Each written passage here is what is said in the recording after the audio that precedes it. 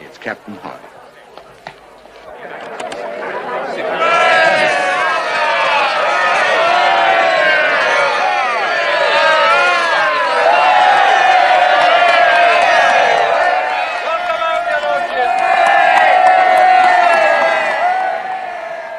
This is my nephew, George Matcham. Captain Hardy, my right-hand man. Master Matcham? Come in here.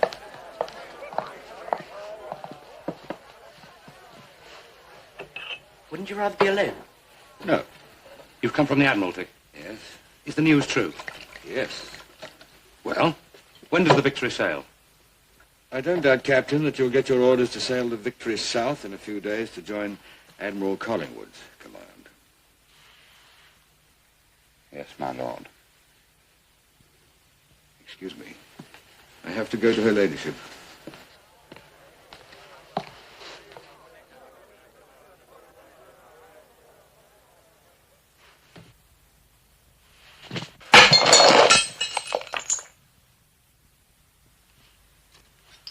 Forgive me, Master Matcham.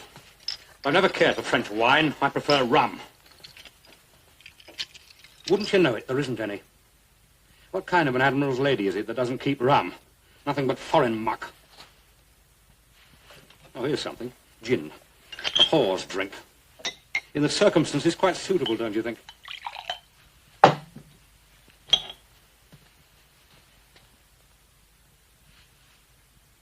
How long have you been his flag captain? 6 years, on and off. More on than off, thank God. Now it appears to be off. But you must know him as well as anyone alive, then. Yes, I suppose I do. Well, let's say I know the man at sea. The man ashore, that seems a different matter.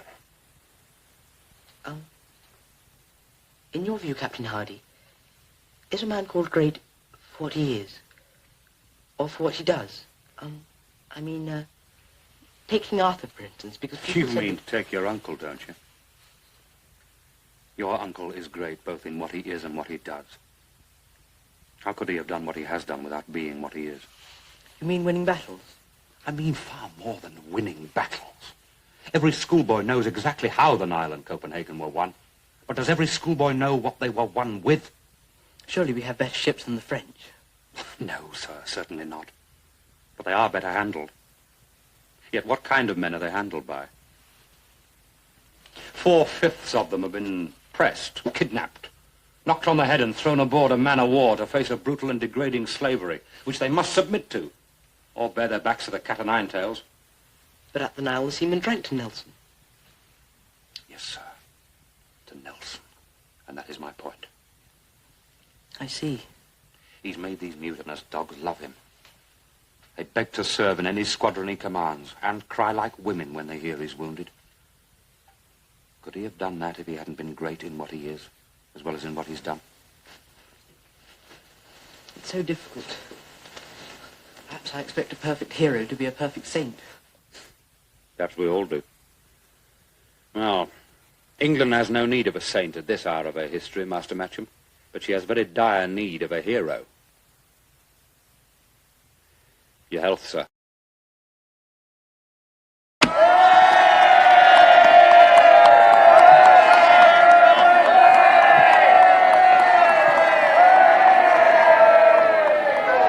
Captain Hardy. What honor you do to my house. It is I who have that honor, Lady Hamilton. You see how popular you have become. I am hardly known to them, my lady. No, but you should be, and no doubt one day will be. All about my Nelson will be known. Now, you, little George, will go in the second carriage, Lord Nelson and I naturally in the first. Pray leave a little distance between us. The crowd prefer it so. May I go and watch, Aunt Emma? Yes, of course, little George.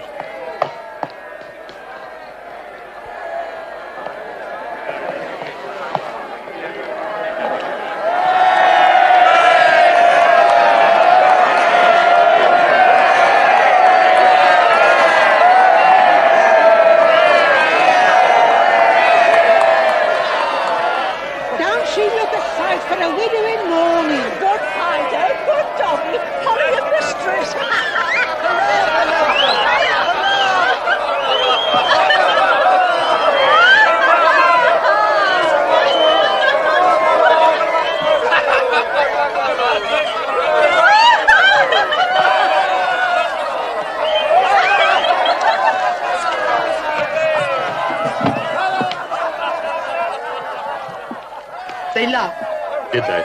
Yes, they laughed. You must have heard. They laughed at Nelson. With Lady Hamilton.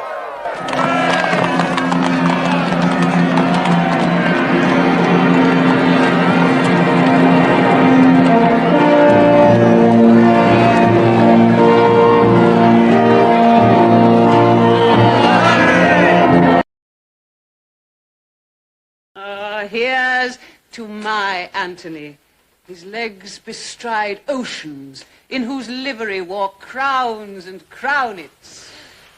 In that speech of Shakespeare's, I think that her ladyship of Egypt exaggerated somewhat. Well, this ladyship of England exaggerates nothing. When she looks upon her great pillar of the world, she sees great Jove himself. Eh, little George? It's a wonder she can see anything at all. I heard that, Captain Hardy. This is my house, and if I choose to toast the guest who brings such honor to its roof in what to your Puritan mind may seem a glass too many of brandy, I think that is my affair, not yours. Don't you? I do, my lady, indeed. Huh.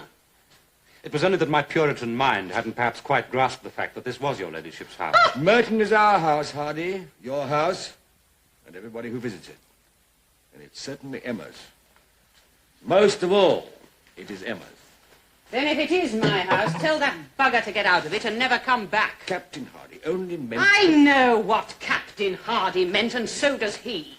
He meant that I am not your wife by virtue of Mother Church. Well, a pox on Mother Church. I am by everything that this world holds just and honorable, the true and only wife of this man here. Emma, please stop. To everyone who comes to this house. To my lord's family, huh? To my lord's friends, to my lord's servants, in fact, to the whole of England. I, Emma Hamilton, am the only wife of Lord Nelson. Excepting, I would suppose, to Lady Nelson. Hardy, that was unforgivable. I shall leave. No. Hardy will not leave. I command it. Tell him to get out of this house now and never come back. I command you. You command me in most things, Emma, but not in that. Oh, indeed. Then perhaps it is I who should leave your lordship's house. Francesca, send for my carriage at once. Subito. Francesca, va via. Sì, eccellenza.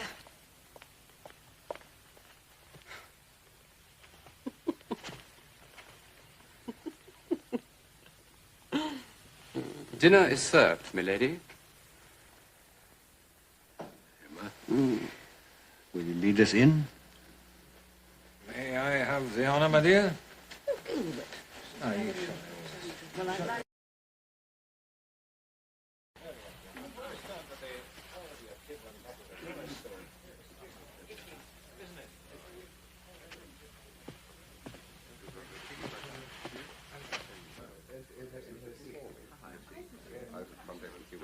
Hardy, another 2 ships there. There.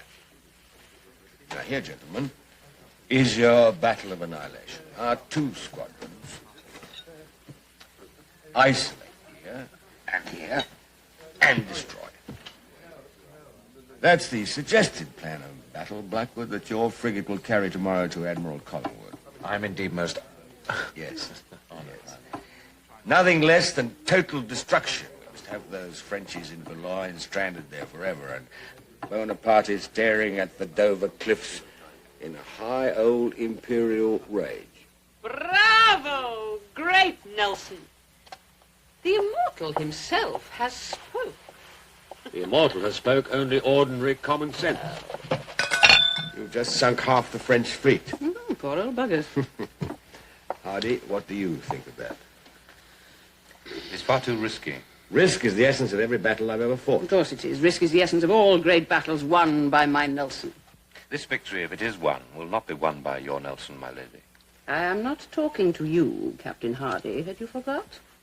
I beg your ladyship's pardon. I had thought that a kind of peace between us had been concluded at the first course. Never. A truce perhaps, but no more. Well, if you're going to discuss naval tactics and such like things, I shall find myself more congenial company up there. What are you standing up for? Sit down. So you think it's too risky for Collingwood? Too risky for any admiral in the world, except one. Does your lordship know of any naval commander who would risk losing his entire fleet in a single afternoon by following a revolutionary battle plan conceived by a genius who has been induced to absent himself from the action? You mean seduced, don't you, Captain Hardy? Well, I don't give a eunuch's ball, saving your cloth, Reverend, for what you and your fine naval friends think of me. I know you would all like to see me roasting in hell, every single one of you. Not you, dear, I like you. But let me tell you this. Nelson's vow to me is unbreakable, isn't it? Yes, it is. Hardy was not trying to make me break it. He was merely talking about naval matters. Hardy, you haven't drunk your port. I was waiting, my lord, for the loyal toast. The loyal what? Ho, ho, ho! Emma! Ladies and gentlemen. I don't drink to the court that insults you and me. You know that, Nelson. Seems that her ladyship is going to conform to the naval custom of drinking her toast sitting down. The king. The king? The king. God bless him. Don't give a fig for that old lunatic at Windsor. Or his German bitch of a queen. Here, little George, catch. Oh. Shade too much brandy for good bowling, but I make a very handsome cricketer. Eh, little George? Emma, you would apologize to Captain Hardy and Captain Blackwood for what you've just said about the king and the queen. Because they have sworn a vow of loyalty to his old lunacy? Yes? And vows of loyalty are such sacred things, are they not? Yes. More sacred, I don't doubt, than vows made to certain persons in bed. Perhaps you would be happier in Tom Tit's bed than mine. Emma, you're making a spectacle of yourself in front of strangers. There's nothing in the world I hate more than that. Bugger off. Apologize to Captain Hardy and to Captain Blackwood. All right, then. Captain Blackwood. Captain Hardy, I apologize. You really are the most enchanting creature. Oh, you say the prettiest things to me sometimes. Did you say such things to Tom Tit? You know the answer. Yes, I do. But I like to hear it said. So say it. Very well. I dislike my wife, and I always have. I'm sorry, Blackwood, but sometimes the truth must be spoken.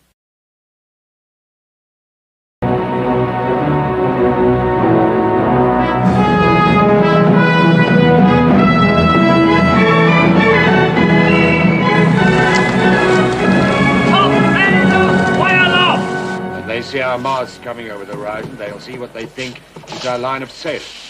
I'll hoist no signal. That betrays to them it's also our line of battle. Except one. A little signal to amuse the fleet. You'll excuse us, gentlemen, but the order's been sounded to prepare ship for action. Well, gentlemen, I think that's all. You'd better rejoin your ship. There is one question, my lord. At our conference last night, you agreed, did you not, that the Victory should not be the first into battle? Villeneuve flies his flag in the Bucentaur. According to the rules of the search, he's my prize, nobody else's. I take it we're all agreed on that.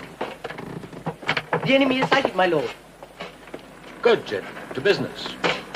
May God bless our endeavors. May the great God whom I worship grant to my country and for the benefit of Europe in general a great and glorious victory. May no misconduct in anyone tarnish it. May humanity, after victory, be the predominant feature of the British fleet.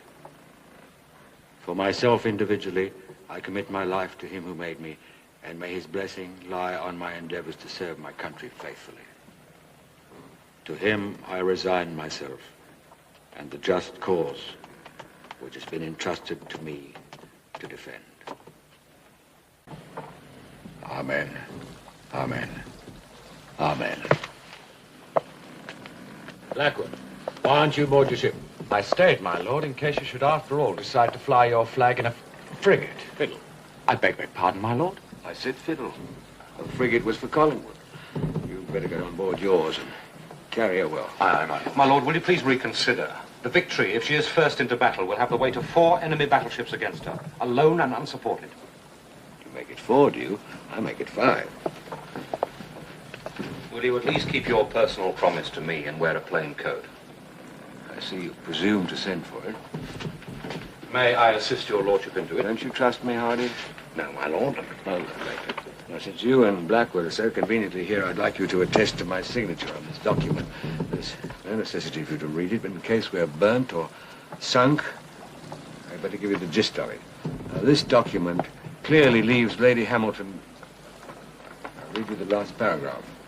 I leave Emma Lady Hamilton, therefore, a legacy to my king and country that they would give her an ample provision to maintain her rank in life. Now, you should sign it just here. The ink, Hardy. Chevalier, make it back.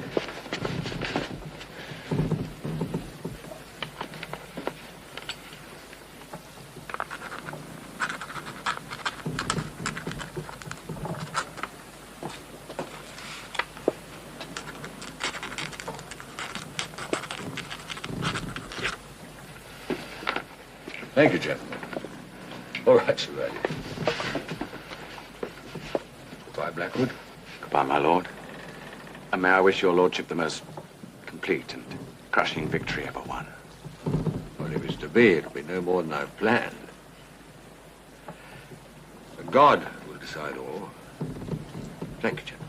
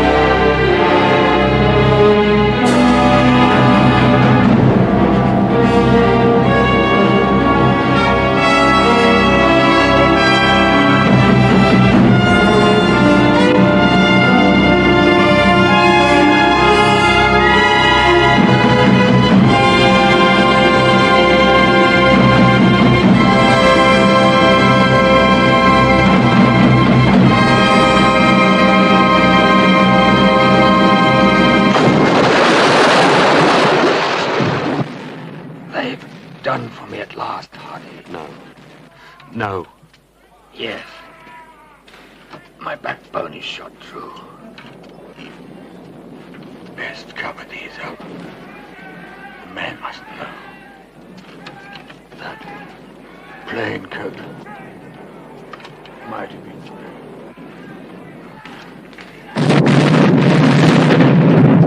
Cover him and take him below.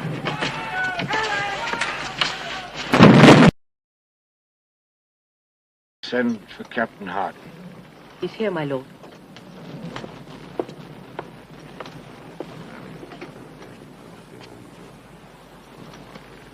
Hardy. How goes it, Hardy? The Bew-Centaur has surrendered.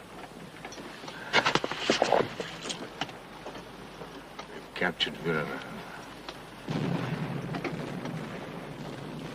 Tell Collingwood to treat him well.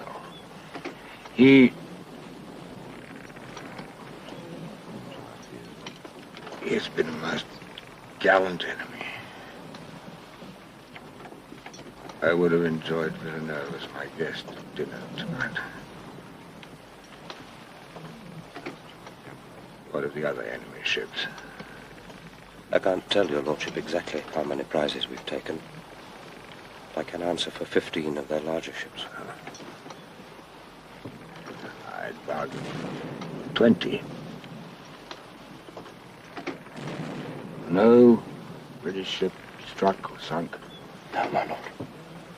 It is the greatest and most complete victory ever won at sea. That's good, of course. But I had bargained for 20.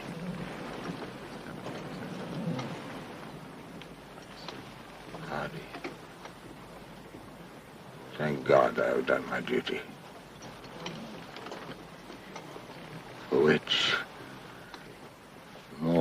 much more than you will ever know,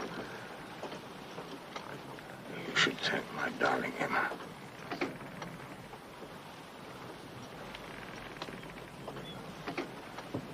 It's difficult to see you.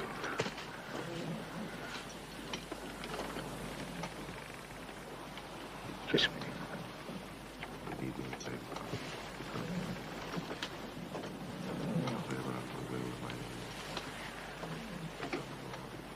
I have not. Have I?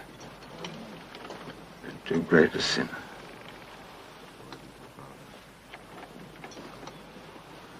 Too great.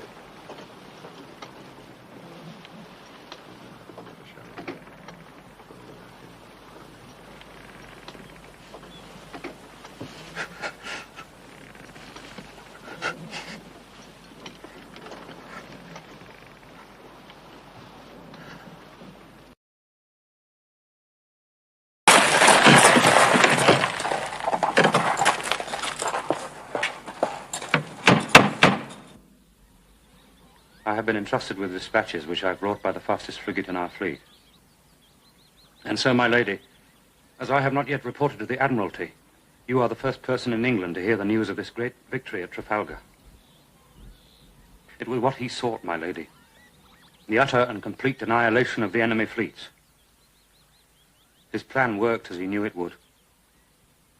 It worked as well as he could ever have wished.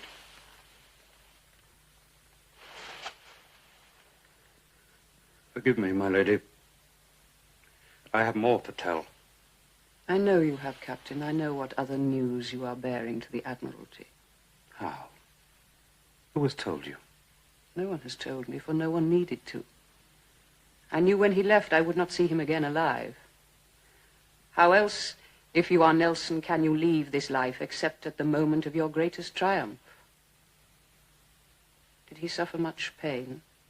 Some, but not much. Of that I can assure your ladyship. I was with him at the end.